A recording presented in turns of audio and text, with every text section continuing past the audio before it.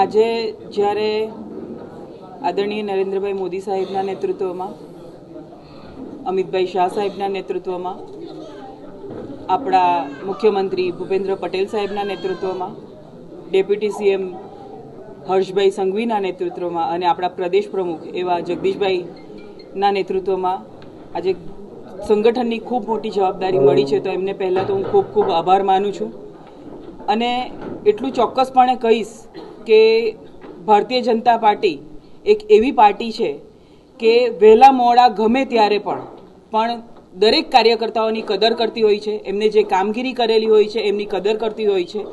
એટલે દરેક કાર્યકર્તાઓને એટલી વિનંતી કરીશ કે વહેલું મોડું ભલે ગમે ત્યારે થોડુંક ધીરજ રાખો.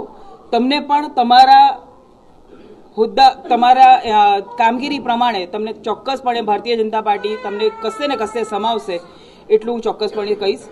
અને જ્યારે આ સંગઠનની જવાબદારી પહેલીવાર મળી છે મને, આની પહેલાં હું 2 ટર્મ ધારાસભ્ય હતી એટલે મેં વહીવટમાં કામ કર્યું છે, પણ સંગઠનની જવાબદારી એટલે ખૂબ મોટી જવાબદારી. ભારતીય જનતા પાર્ટીને ખૂબ મજબૂત કઈ રીતે શકાય, જે સમાજ આપણથી વિખૂટું છે તેને કઈ રીતે જોડી શકાય અને ભારતીય જનતા પાર્ટી સાથે જોડી શકાય અને ભાજપની સીટ વધારે કઈ રીતે લાવી શકાય, તેના માટે જો આપ મદદ કરવાનું મને એક મોકો મળ્યો છે તો હું ચોક્કસપણે મારું 100% આપીશ અને એમને શિખરો પર પહોંચાડવાની મારી જેટલી બી જરૂર હશે તેટલી હું ચોક્કસપણે કરીશ.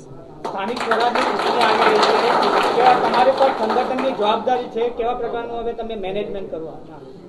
સ્થાનિક સ્વરાજ્યની ચૂંટણી આવી રહી છે, મને ખ્યાલ છે. અને આ જે સુરત શહેર છે એ ભાજપનું ગઢ છે.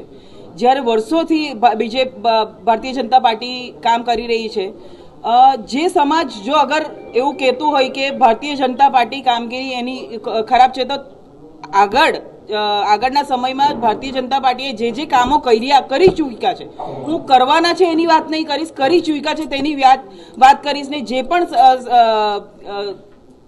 લોકો ભાજપ સાથે નહીં જોડવા માંગતા છે તેમને ભાજપ સાથે જોડવા માટેના મુદ્દાઓ આપીશ કે ભારતીય જનતા પાર્ટીના આદરણીય નરેન્દ્રભાઈ મોદી સાહેબે ઘણા બધા એવા ભારતમાં એવા કામો કર્યા છે કે જેના થકી આપણે ચોક્કસપણે બીજેપી સાથે જોડાઈ શકીએ અને આવનારા વર્ષોમાં પણ અમે શું કરવાના છે એનું પણ એમને માહિતી આપીશ.